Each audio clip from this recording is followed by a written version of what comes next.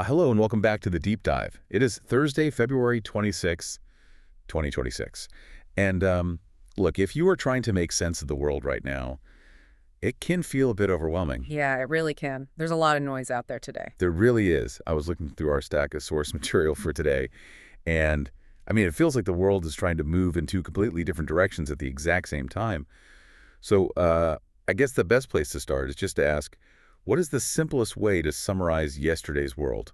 I would say yesterday was a day when acceleration and constraint became visible at the exact same time. Acceleration and constraint. Right. On one side, you have this incredible speed, AI infrastructure, data center expansion, digital demand. It's moving incredibly fast.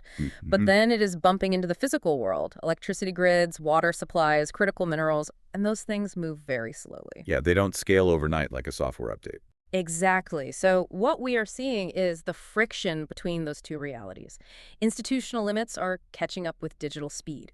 And as we go through today's sources, we are going to see a really clear shift. The dynamics are moving away from the nation level down to the city level. Which is a huge transition, because normally we talk about this stuff in terms of, whole countries or broad global policies. Yeah, but the physical constraints are forcing the conversation down to a much more localized level. Right. Well, let's get right into the first of our three deep topics today, because it perfectly illustrates that exact friction. And this has a really high global weight right now. The U.S. government is effectively pushing big tech to figure out its own power supply for data centers. This is a massive shift in how internet infrastructure gets built. Yeah, and just for some background on why this is happening now, it really comes down to the physical footprint of AI. Training these massive models takes an unbelievable amount of electricity. It does. For a long time, a data center was just an IT facility. You bought some land, you called the local utility, and you told them you needed a hookup. And the utility would upgrade the substation and just spread the cost across all the local consumers. Right, so everyday people paying their electric bills were sort of indirectly subsidizing the grid upgrades for tech companies. Exactly. But the scale of AI expansion is changing that math entirely. The power demands are so high now that there is real political sensitivity around it. No government wants consumer power prices to spike or the grid to go down just so a company can train a new chatbot. So what we saw yesterday was a clear policy signal from the U.S. administration pushing these companies towards self-generation, Yeah. basically saying, bring your own power. Right. If you want to build a gigawatt-scale data center, you need to build the power plant that runs it. And this is creating a very fast-moving theme in the tech world because suddenly big tech companies are having to become energy companies. Which explains all the recent buzz about tech companies looking into nuclear power, right? Small modular reactors, or even just building their own natural gas plants. Yes, because data centers need what we call flat load power. They run 24 hours a day. They don't take breaks. Wind and solar are great, but they are intermittent. You need a steady baseline. So the tech companies are looking at self-generation, but that introduces a whole new set of frictions. Because even if you have the billions of dollars to build your own power plant, you still have to put it somewhere. Exactly. You run into what is basically a set of three requirements now. You need the generation capacity, you need grid reinforcement for whatever connections you do have, and you need permitting. And that permitting piece is where this becomes a local issue. This is the real meaning behind yesterday's news. Data centers are no longer just IT decisions. They are major urban infrastructure decisions. And that means power grid capacity, local rate design, and things like water cooling rights are suddenly local political issues. Because these massive server racks generate so much heat, they need massive amounts of water to keep cool. Right. So a local municipal water board or a city council suddenly has an incredible amount of leverage over a global AI expansion. That is what we mean by a city-driven shift. The structural lens of the world is moving from Washington down to the local zoning board. That is fascinating. The local municipality is essentially dictating the speed of global tech growth based on their water and power capacity. That's the physical constraint acting on the digital acceleration. Okay, let's pivot to our second deep topic, which Mhm. stays in the energy realm but moves us from electrons over to molecules, Mhm. specifically oil. We are looking at reports that Saudi Arabia is expanding its oil output. Yes, they are increasing their production and export posture. And we really need to unpack the context here, because if you follow the news, there's obviously a lot of rising tension involving Iran right now. So logically, you might think, well, if there's tension in the Middle East, wouldn't oil supplies tighten? You would think so. But energy is both a physical commodity and a geopolitical signal. And the key piece of geography here is the Strait of Hormuz. A huge percentage of the world's oil flows through that narrow waterway. If there is a risk of disruption there, it causes panic. Right, but what Saudi Arabia is doing by increasing output is almost counterintuitive. They are flooding the market with supply. Exactly. And the reason they are doing this is because markets don't just react to actual physical shortages, they react to uncertainty. What Saudi Arabia is trying to do is act as a structural stabilizer. They are trying to build up a massive supply buffer to calm the market down. Basically saying, even if things get complicated, we have plenty of oil ready to go. Right. But the meaning we need to pull from this is that the risk premium matters just as much as a physical disruption. The risk premium. You mean the extra cost layered on top just because people are nervous? Yes. Because think about the real-life impact of moving that oil.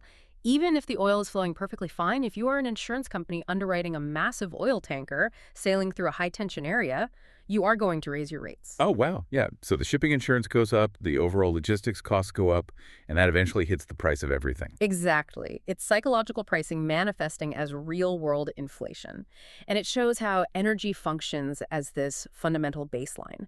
It can act as a stabilizer, which is what Saudi Arabia is attempting with output, or a destabilizer through that risk premium. So even with extra oil in the market, the friction of moving it through a tense corridor keeps the pressure high. That's a really clear way to understand it. Let's move to our third deep topic, which is also about moving physical things through corridors, but this time it's critical minerals. Specifically, cobalt out of the Democratic Republic of the Congo. Right, the DRC. And just as a quick background for you listening, cobalt is an absolutely essential component for electric vehicle batteries. If you're building an EV, you need cobalt. And the supply chain for it is highly concentrated. Which brings us to the news from yesterday. The DRC is tightening its export restrictions on cobalt. They are restricting the upstream flow of the raw material. And to understand why this has midterm significance, you have to look at the difference between upstream dependency and midstream refining. Right, because we often hear that China controls the critical mineral market. And they do control the refining. China has a massive concentration of the factories that turn the raw ore into the usable battery materials. That's the midstream. But they don't have the raw dirt. The upstream dependency relies heavily on the DRC. So the DRC is recognizing its leverage. Exactly. It exposes a strategic vulnerability. You can have all the refining capacity in the world, but if the country digging the rocks out of the ground tightens the tap, your whole system slows down. So this isn't just about the price of cobalt going up on some commodity exchange. No, it's much bigger than a pricing story. It's about supply corridor reconfiguration. If you are an automaker building EVs, you are realizing that relying on a single concentrated pathway is a massive risk. Over the midterm, we are going to see the entire EV and battery ecosystem have to adjust. They have to physically redraw the maps of how they get materials from point A to point B. Yes, the structural lens is moving to these supply corridors. Can you actually get the physical material through the system securely? Okay, so those are our three deep topics. Big tech power struggles, Saudi oil acting as an uncertainty buffer, and the DRC restricting cobalt. Now let's move into our mini light topics.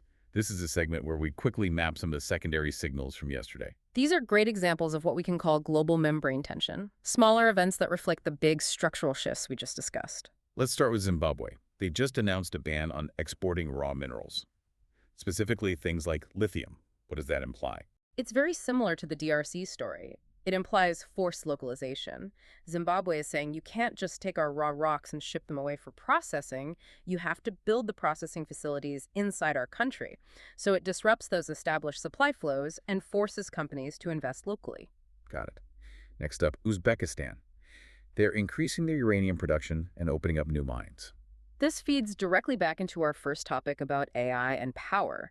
Nuclear energy is becoming increasingly vital as a clean baseload power source for all these data centers.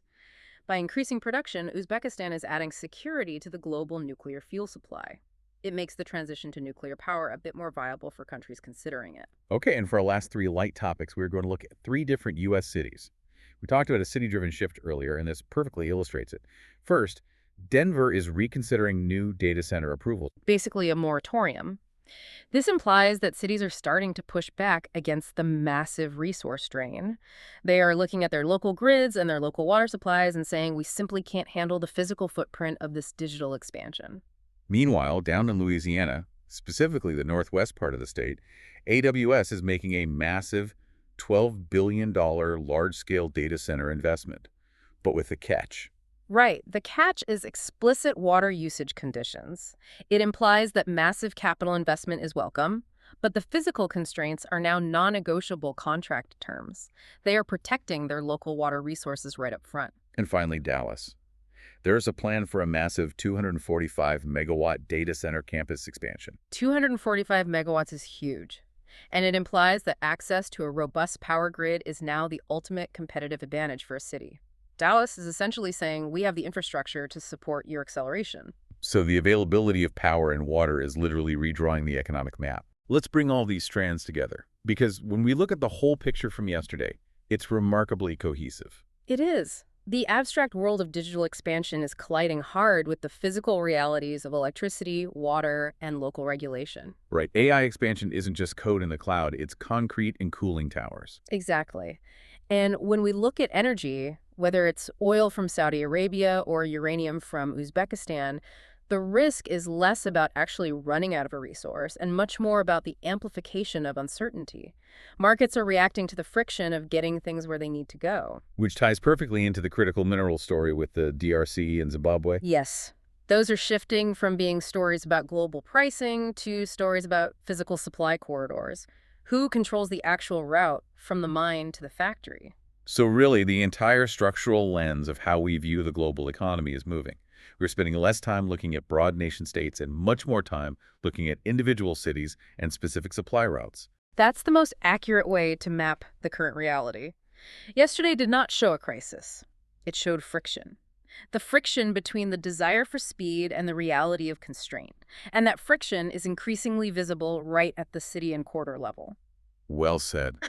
It is a completely different way to read the news when you look for the friction points. And before we wrap up today's deep dive, we want to leave you with a final thought to mull over, something that builds on what we've talked about today. We've established that the physical constraints of power and water are now dictating where the digital world can actually expand. Right. And we saw that cities are acting as the gatekeepers for this infrastructure. So the provocation to think about is this. If access to massive uninterrupted power grids and vast water supplies is the absolute prerequisite for the future of tech, how does that change the geography of innovation? Where does the next Silicon Valley exist? Can it even be in a place like California? Or does the capital of the digital future have to be built next to the biggest rivers and the deepest uranium reserves? It's a question of whether innovation follows the venture capital or if it now has to follow the electron. It's a structural shift in the geography of the future. It really is. Thank you for joining us on this deep dive. We hope it helped you build a clearer picture of the world. We will talk to you next time.